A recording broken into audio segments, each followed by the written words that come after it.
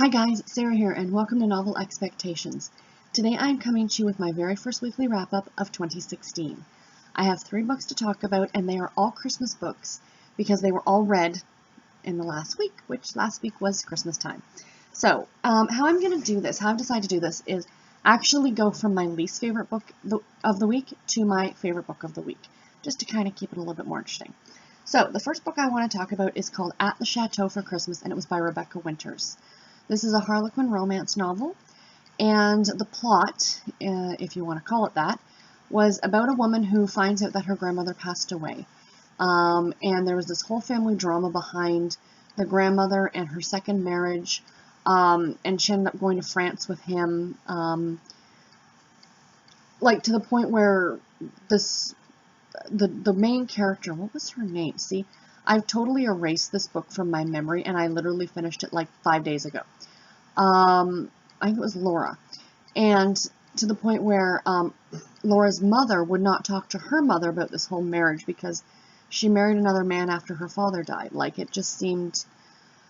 The plot was very, very thin. The fact that this woman flew all the way to France to see the man, like Maurice, the man that the grandmother had married, his grandson, Nick, she'd never met this man before. He showed up to tell her about her grandmother's death and then flew back to France, which is all well and good, but then she flies out there and ends up staying with him.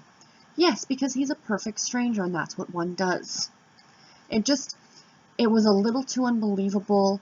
I know a lot of the category romance novels tend to be, and that's what makes them fun, but it was one of those situations where it was a little too much, if you know what I mean. I don't know if I've ever said this before, but I don't not finish a book. For me to not finish a book is very rare. I will often push my way through a book, but I found what does happen if I really don't like the book is I end up flipping, like, rather quickly. And instead of reading the whole thing, I'm like reading paragraphs on a page. Because there was a part of the story with Nick's wife, who went missing 3 years ago, conveniently, because of course it advanced the plot, that for the whole first half of the book, Laura didn't think that her and Nick could ever be an item because he was married, and it turns out that his wife had mysteriously disappeared, and they were looking for her body, or where she had gone, if she'd just run away, or what have you. So that was actually the part of the story that I kind of wanted to find out what happened. And, spoiler alert right here, guys. Laura, of course, suggests, well, did you check the park that she went to? And of course, no, why would the police do that? So of course they go and check the park, and lo and behold, they find the wife's body. So now he can officially, be with her. Yeah, I didn't care for it at all. 2 stars. I don't give 1-star ratings. If a book gets a 1-star rating, it's because I didn't finish it. So kind of, sort of, a 2-star is like the worst that I would really give if I didn't, for a book that I did finish. So the next book that I finished was The Spirit of Christmas, and this was by Liz Talley. This was my audiobook, and I really enjoyed this book. It was a little slow, I found, which is why it was only given 3 stars instead of 4, but I still really did enjoy it. It was about a woman named Mary Page and a gentleman by the name of Brennan, and Mary Page she's a little down on her own luck, but she likes to help others. So she's on her way to some party, and like a family ugly sweater, ugly weird gift kind of Christmas party. And as she comes out of the store, she sees this homeless man, and she buys him a cup of coffee, and then notices he doesn't even have any shoes. So she gives him a pair of these ugly Christmas socks that she bought for this party as a joke gift.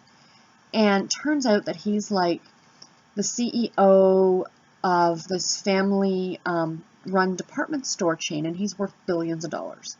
So he decides that he gives her a check for $2 million just for being like the spirit of Christmas, and pretty much brings her on for the entire month of December to showcase, doing good for others, essentially, in New Orleans, which is where the story takes place.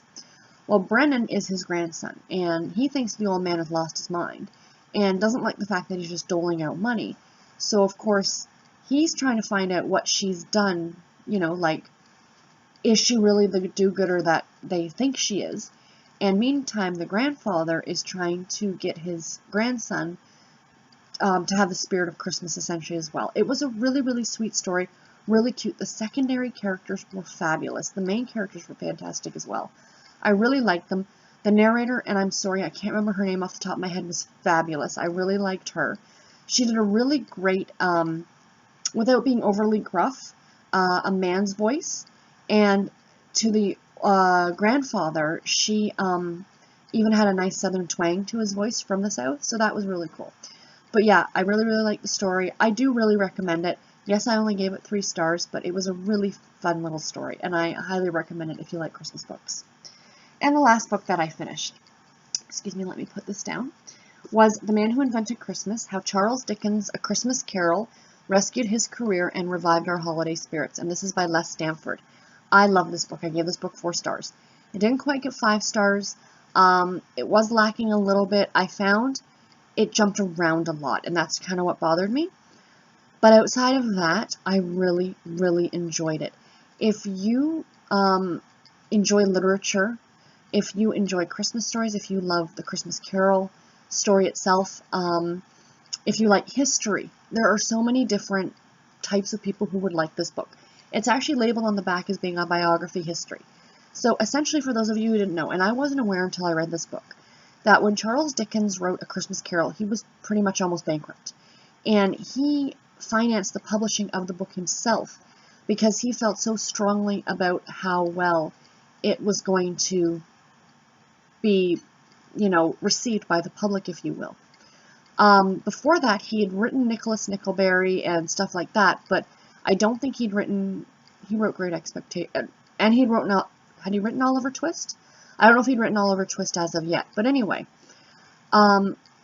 this book pretty much starts from where he got the idea from, all the way up into the publishing and the aftermath after the publishing of the book.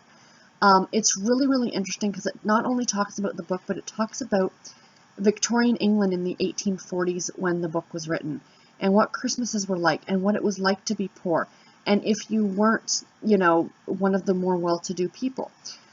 It also talked about the publishing industry at the time, which I found fascinating, that because he wrote and published the book in England, in the United States at the time, pretty much people could rewrite it and there was no copyright laws. So they just had to change a few things and there it is, it's your story. Or they could have just they changed it. They reprinted it word for word and were able to sell it at a big discount, and he never saw any of that money. It talks about the number of plays that were done. That's what I was just thinking about, is there were plays that were done like within months of the book being released. People were putting on these stage productions and changing it. And again, so he never saw any of the money, any of the revenue from that. But, I mean, he still made a lot of money off of this book. So yeah, and what was even more fun, and I suggest that if you do read this, is I read it in conjunction with listening to A Christmas Carol on Audible. So it was a lot of fun, and I thoroughly, thoroughly enjoyed it. For anyone who's into nonfiction or anything like that, please check this book out. I highly recommend it. Now, what I'm currently reading. I am currently reading a book called Jane and Austen, and it is by Stephanie Fowlers. I'm actually listening to it on Audible. I literally just started it. I'm maybe 20 minutes into it. It's labeled on Goodreads as being a young adult novel, but it's actually, I'd say, a new adult novel because the characters are in their 20s, out of college. The story is about this woman named Jane who works at a resort, a very, very highbrow resort. And she was hired on there outside of college as an intern, to help a woman named Taylor be like the planner, if you will, like wedding planner, all that stuff. And if she did well, of course, they would hire her on at the end of the summer full time. Well, during the summer, she falls in love with Austen, who is the owner's son. And he leaves at the end of summer to go and take a career in finance in Boston. And the story takes place around San Diego, California, I think.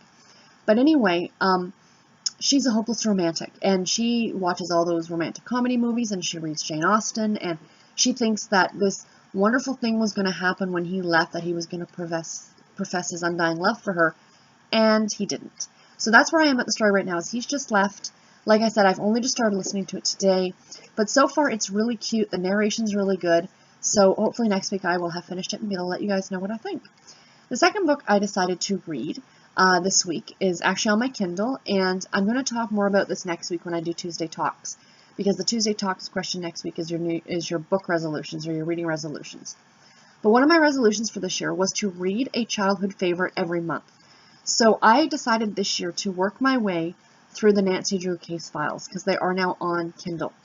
So I'm going to be reading one a month, and I'm starting with book number 1, and that is Secrets Can Kill, and it's by Carolyn Keene. This is a fun Nancy Drew. These are not the old Nancy Drews, the yellow covered ones.